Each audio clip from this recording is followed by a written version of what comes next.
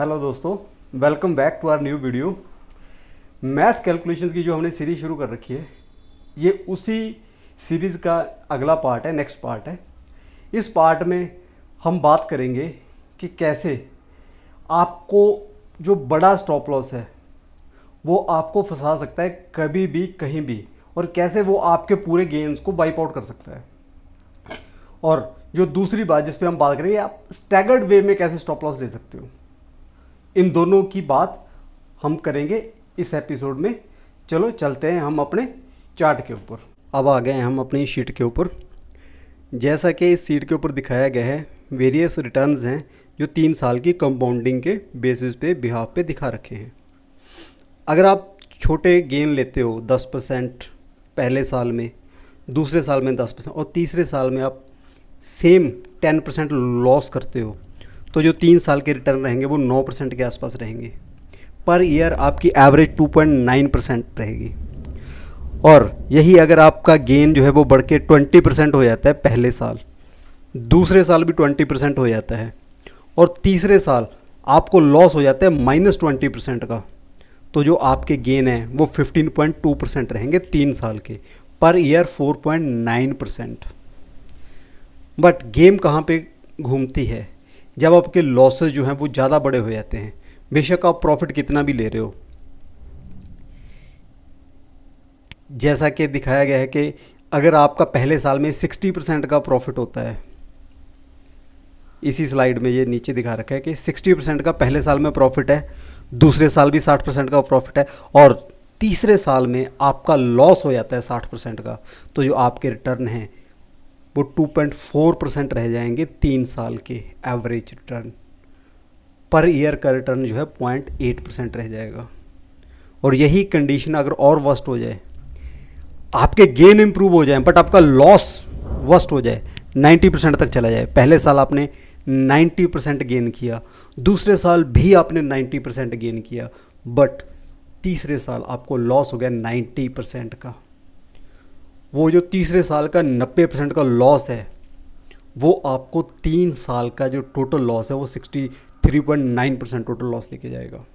Per year 28.8% का loss. दिक्कत कहाँ आई? दिक्कत ये थी कि आपने लॉस बढ़ा लिया। तीसरे साल में जो लॉस था वो बहुत बड़ा लॉस चला गया, बेशक आपने पहले और दूसरे साल में अच्छे प्रॉफिट जनरेट किए। तो इसीलिए हमेशा आपको अपने लॉस को कंट्रोल में रखना है, स्टॉप लॉस को हमेशा कंट्रोल में रखना है।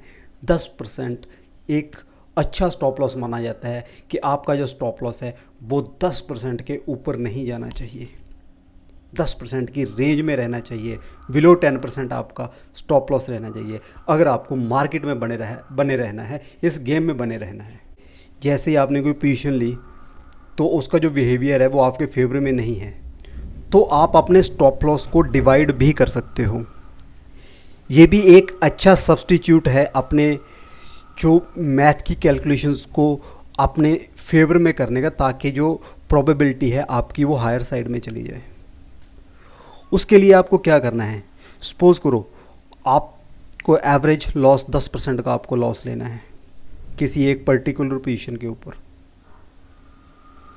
तो आप इसको 3 हिस्सों में डिवाइड कर सकते हो। 1/3 पोर्शन जो है वो आप 6% पे एग्ज़िट हो सकते हो। अगर आपको लगे कि 6% आपकी पोजीशन जो है वो नीचे आ चुकी है और आपको अनकंफर्टेबल फील हो रहा है, यू कैन एग्ज़िट। और अगर 6% पे आप एग्ज़िट हो जाते हो तो आपके पास मार्जिन रहेगा, बाकी की क्वांटिटी आपके पास रहेगी। और सेकंड, आप स्टॉप लॉस ले सकते हो 10% पे। अगर आपका स्टॉप लॉस हिट हो रहा है तो आप एग्ज़िट हो जाओगे, फिर भी आपके पास 1/3 ऑफ क्वांटिटी बनी रहेगी।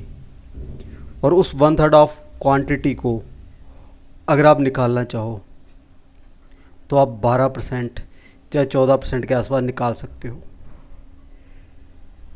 तो इससे क्या होगा? इससे आपको मार्जिन मिलेगा प्ले करने के लिए। अगर शुरू में ही आपकी पोजीशन दिक्कत दे रही है जैसा आपने सोचा है वैसे बिहेव नहीं कर रही है, आपके अगेंस्ट में जाने की कोशिश कर रही है, तो आप कुछ पोजीशन को एग्जिट करके कुछ लॉस बुक कर सकते हो और बाकी पोजीशन में आप बने रह सकते हो, ताकि साइकोलॉजिकल आपको मिसिंग आउट की फीलिंग ना आए। ऐसा ना हो कि आपने बेचा और स्टॉक चलना शुरू कर दे। 10% का अगर आपका स्टॉप लॉस हिट हो गया तब भी आपके पास 1/3 ऑफ क्वांटिटी रह जाएगी, उसको भी आप 2% का मार्जिन दे दोगे। अगर वहाँ से भी घूमता है तो एटलीस्ट आपका जो पहली 2 एग्जिट पोजीशन में लॉस हुआ है उसको तो वो कवर कर ही देगा। तो ये भी एक स्टॉप लॉस की स्ट्रेटजी है कि आप अपने एसएल को डिवाइड कर सकते हो 3 पार्ट्स में, ताकि आप टाइमली एग्जिट भी हो सको, आपको मिसिंग आउट की फील भी ना आए, प्लस आप अपनी जो बेट है उसको एक रूम दे सको फ्लक्चुएट करने के लिए। लेकिन इस कंडीशन में भी आपका जो ओवरऑल स्टॉप लॉस है वो 10% के अंडर रहेगा। 10% से ज़्यादा का आपका स्टॉप लॉस नहीं होगा।